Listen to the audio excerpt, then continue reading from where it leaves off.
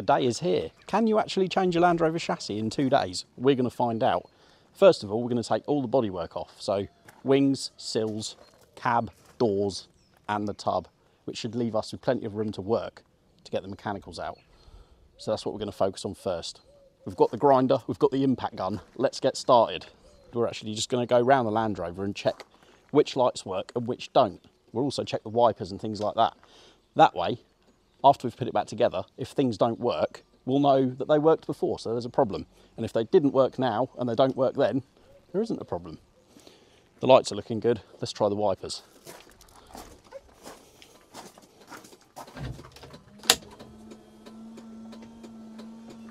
One out of two ain't bad. As with any job where you need to disconnect electrical items like lights and things like that, the first thing we're going to do is disconnect the battery. This is a fitted for radio series 3109, so the battery's in the middle of the seats. Yours might be under the bonnet or elsewhere.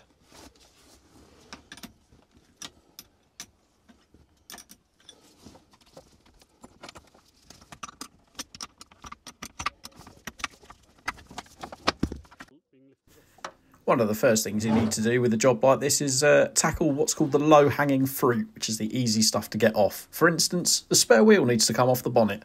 Other things like tailgate and any other accessories you've got need to come off as well. You can probably see I've already removed my winch. So, on to the next thing. Moving on to bodywork, you might have noticed Neil's here. Give us a wave, Neil. Hello. We're going to get the bonnet off first because it's super easy, and then we'll carry on cab, doors, wings, until there's nothing left. Carry on, cab. There's a film. Whoop. There we go.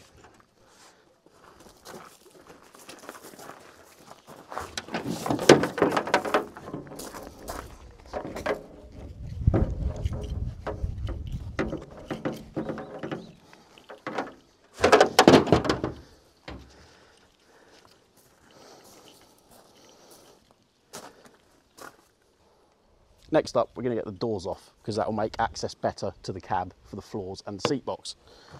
On series, they have the big advantage of being able to do that. So get that out of the way. And then we've got 4 screws on the outside here and nuts on the inside. And we're going to unbolt the door from the hinge, not the hinge from the bulkhead, because that makes things easier when it comes to reassembly.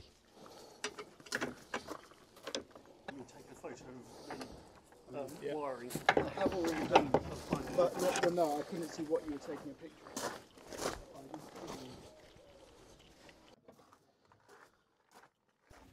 Whilst I do the other door, Neil's just starting to loosen off the fixings holding the wing to the bulkhead.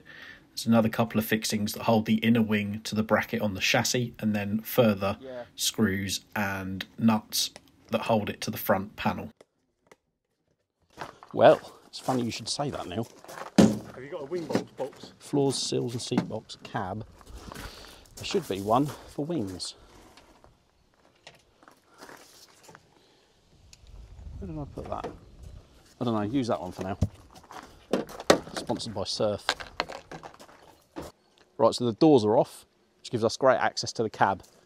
Row of bolts along the front rail where it joins to the windscreen frame, and then a 13mm nut either side, which sandwiches it down at the back, and it's ready to lift off. Ready, Neil?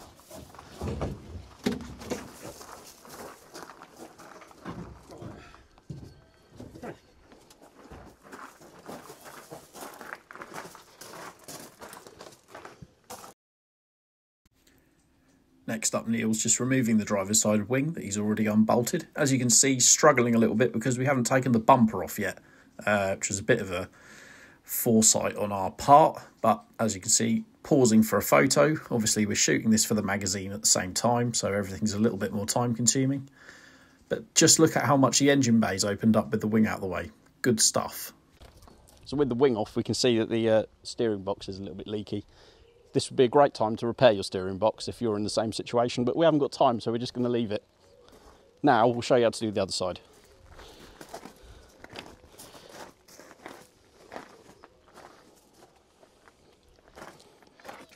So as Neil struggled a bit with the other side because the bumper was in the way, we're going to take the bumper off before we tackle this wing.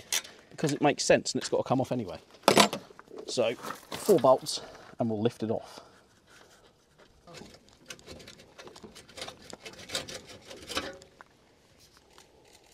Oh, it's a bit rusty there. Told you. Yeah. She's not as mint as she looks. That's right. I thought that when I fitted the winch. It is crispy under here. And the bulkhead outrigger's been patched up so many times. Next up, we're going to take the seats out now that we've got good access with the cab off. So the base is really easy to remove.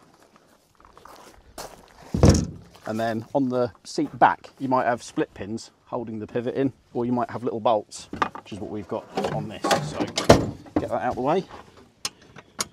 1 bolt each side, and the seat back will lift out.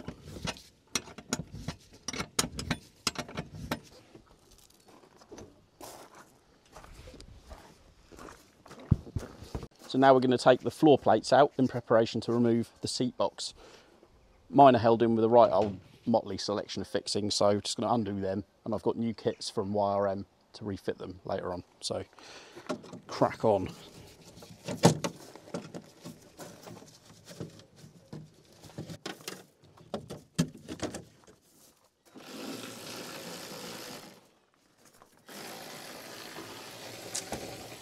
Ew, mud. Ew. Despite quite regular pressure washing, you can see mud's got trapped between the floor plate and the top of the chassis, which does promote rust. Here's a little top tip for you. If you've got any old coffee jars or any sort of thing that food came in, keep them, put your bolts in them, and then write on the lids what's in there. And it helps keep everything organised for when you put it all back together.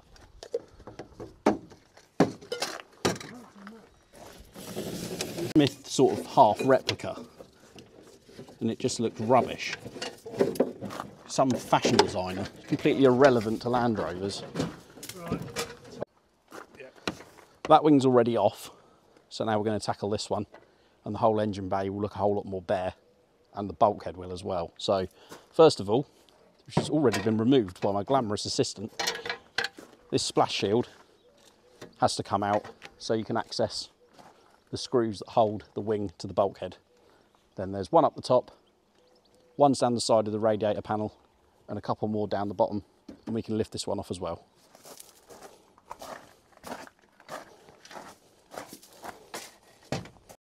Here's Neil tackling that row of bolts along the front of the bulkhead.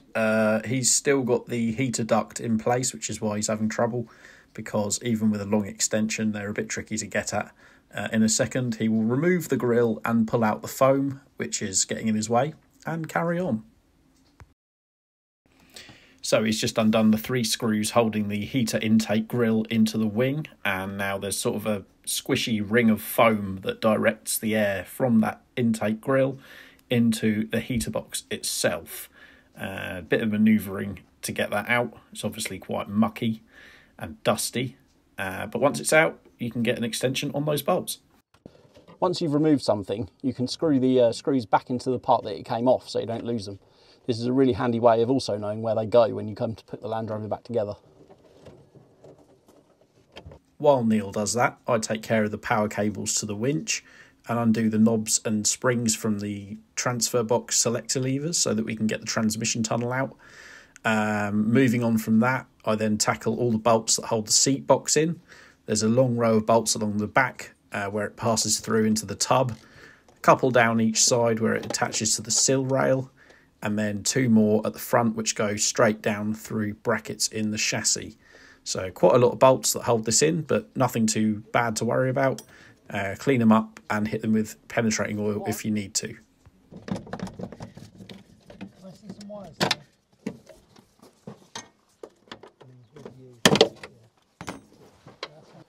We've removed the bolts from the front panel. Screws are undone from the back of the wing, and the ones on the inner wing are undone as well. So now I get to see what we've forgotten to remove. Found the first one, and lift this away.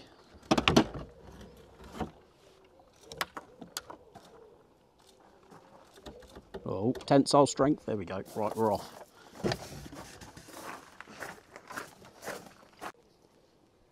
These little things are called Acme screws. Acme, like off of like Looney Tunes with Acme Dynamite Co and stuff like that. Basically, they hold the wing to the front of the bulkhead into these spire clips here. And you only have to undo 3 of these because the wing is slotted, so you can actually lift the wing on and off with these still in place. The next big bit of bodywork to take out is the seat box, which is held in place with loads of little nuts and bolts along the back where it goes onto the tub, a bolt each side where it goes onto the chassis, and then some down the side here. I've already undone all the bolts, so now we're going to struggle lifting it out because it's got to go over the handbrake lever. Ready, Neil?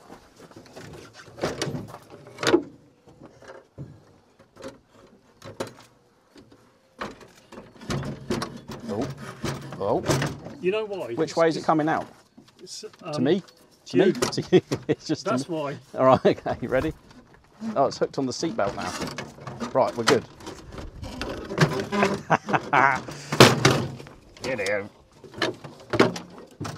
You know what? It's going to be easier to take these steering wheel off on this one because you've got the fuel tank there. It will come, I think. Have faith. Well, Oh, no, it I won't. think come towards me then. All right. To you. To me. To you. To me. To you. To me. To you. He's got it. Yes.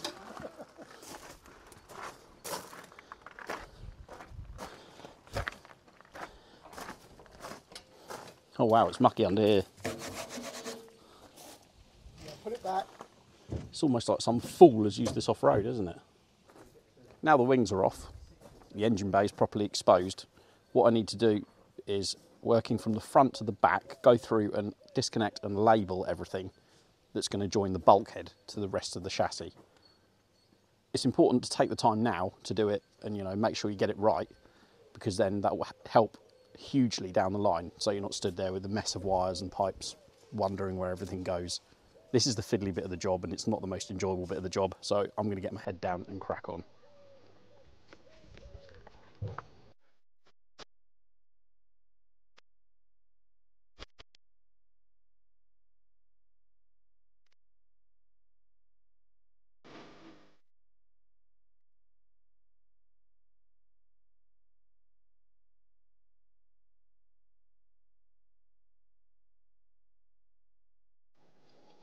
Front panel's going to come off next.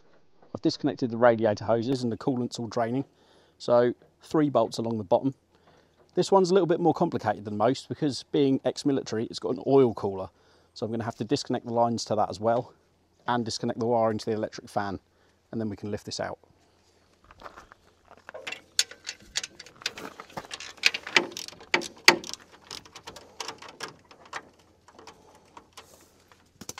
We all had to be on our best behaviour for a visit from the health and safety officer.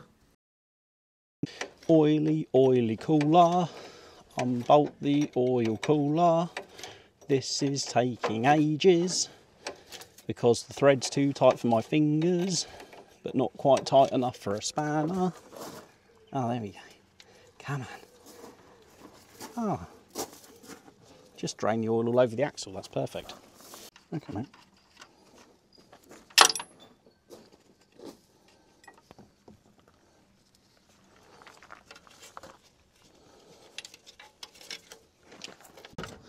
Where's that?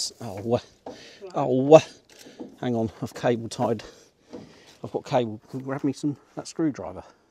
Which one? The flathead one. It's all oily. Soz.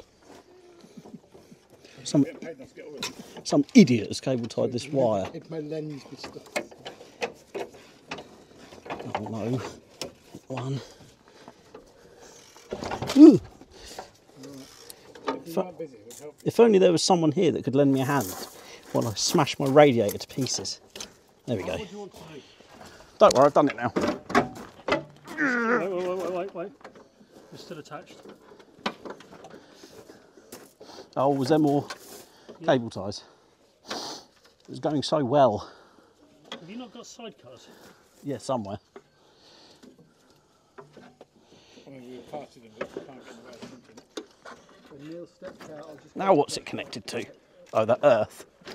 Bye. That earth is no longer Deleted it. Sorry. Hashtag earth delete. Oh no. I just put a load of gravel down my oil cooler line. What, like this one? Yeah. Whilst I slowly but surely lost my marbles, Neil got on with dealing with the slightly rusty bolts holding the front edge of the tub to the brackets on the chassis. With the tape to make reassembly quicker and easier. And generally, when wiring harnesses get old, they tend to sit in a certain way. So you'll notice that when you put it all back together, everything sort of kind of shapes itself to where it needs to be. The way it lays, they say, which makes things a bit easier as well. Of course, we're not changing the wiring harness on the bulkhead, so that's saving us tons of time.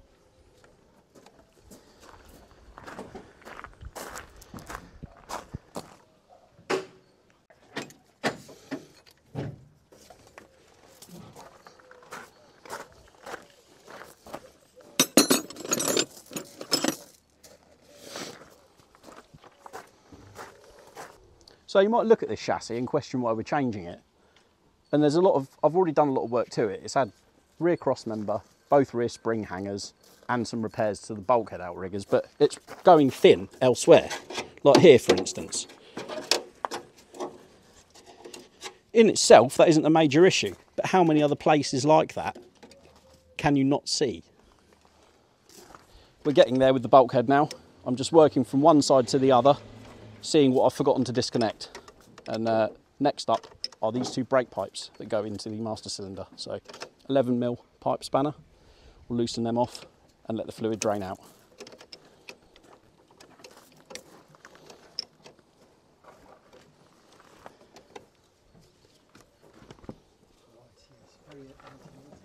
Yeah.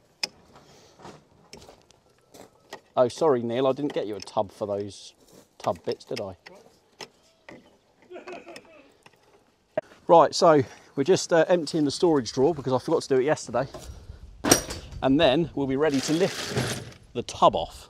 And once the tub's off, the bulkhead can come off. So, that's as empty as I'm willing to make it. Ready? Give her a lift. Where are we going to go? Over that way. I think if we go backwards. The tub's all loose, as you can see. We've already got it sat at a bit of an angle. We ended up taking the storage box out because it was only 2 bolts and it was actually quite heavy. So it's ready to come off. Ready? Yep. You can do it. Yep. Let me want to rest it. Okay.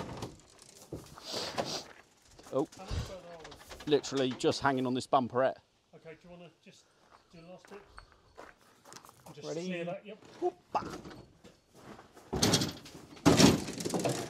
That tub is a lot lighter. That's because this is a military one. Just having a little look at the top of the chassis here. Not actually as bad as I thought it would be. There's a few questionable patch repairs near the middle and the brake pipes resemble spaghetti. But other than that, yeah, not awful. But obviously, as we proved earlier, it is thin in places. So best to replace it. Things are going well. The bulkhead's almost ready to lift off, but we have come across a setback. This is the sill rail that goes between the bulkhead and the tub. That is the bulkhead foot. That should still be attached to the bulkhead. As you can see, the upright is completely rotten away. So I'm not quite sure how far we're going to get back together, but I need to replace that. Everything else though is going okay and we're almost ready to remove the bulkhead from the chassis.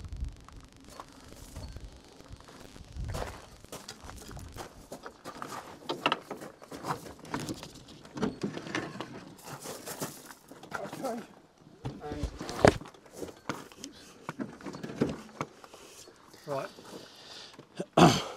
Nothing's connected, is it? Oh, what's that? The brake pipes are caught. Oh yeah. No, they're not. That's free. Did I not forget to remove anything? Well, it was only those choke cables. OMG. So I think now. As you can see, we've removed the bulkhead from its mounts and shuffled it backwards on the chassis. Now we're going to move it from here over my side and put it as close by as possible so we don't have to, you know, move it too much. Ready?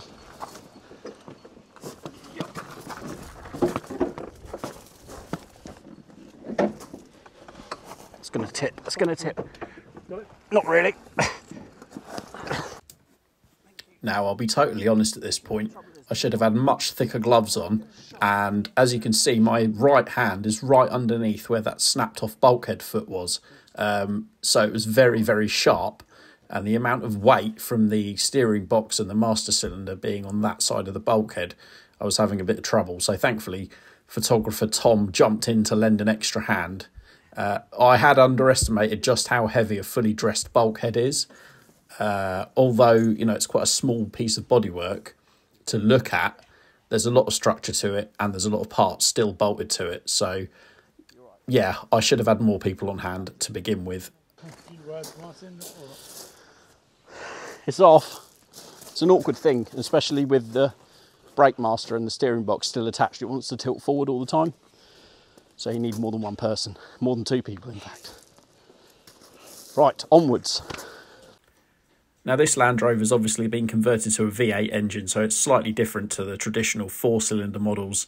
A little bit trickier in places. For instance, the exhaust system is different and it has a funny old Y-pipe, downpipe arrangement at the front, which is a bit of a pain. So that needs unbolting before anything else, and then we'll prepare to lift the engine and gearbox out.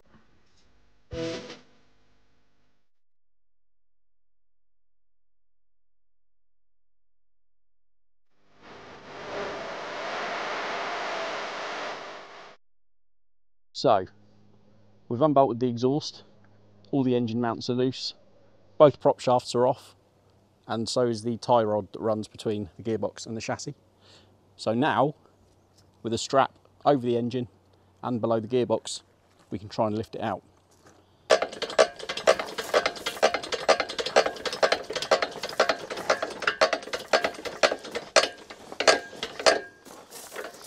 Higher.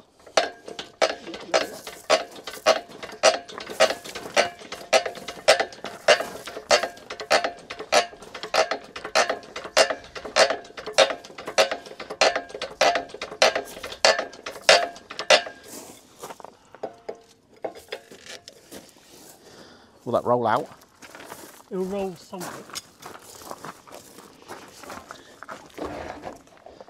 Just kick that out of the way, Steve. Behind the wheel, Steve. That's why I couldn't move it.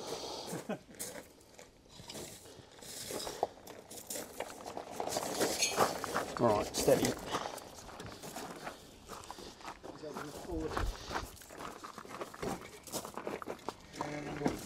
There we go. Round here. Okay, 1, 2, 3. Okay, you okay? Yep. Right, stop. Yep. Support and let it go. Cool. As you can see, the engine and gearbox are now removed. Got a few little tidying up jobs to do on that. But if we head to the back of the chassis, the rear leaf springs have been released from the bushes and from the shackles, and the axle is just sitting on this jack. So if we lower it down, we should be able to wheel it out.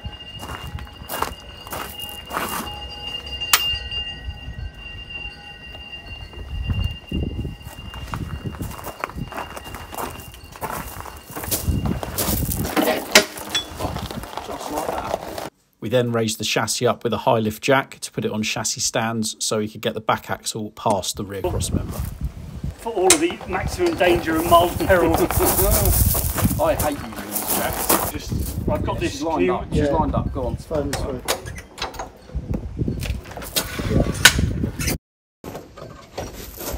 Oh no. Oh no. No, we'll go. We'll go.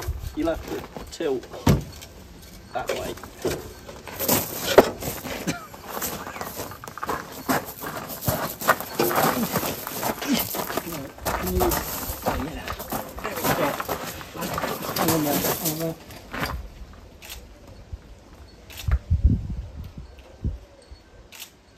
Okay.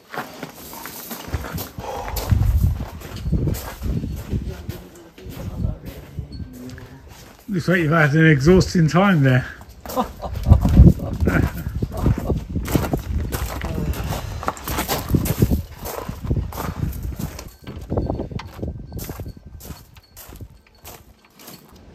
One of the last jobs stripping the old chassis is to get the front axle off. Quite similar to the rear axle, except you've also got the steering linkage to disconnect. So knock that off the relay as we have done. A bolt at the front, a bolt at the back down where the shackle bolt goes through the chassis bush, and obviously the brake pipes. And then we should be able to lower this out and roll it away.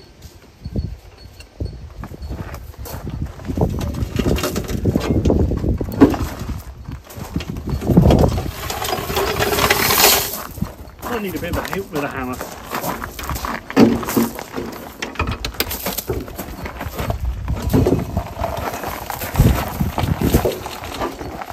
It's free, just like that.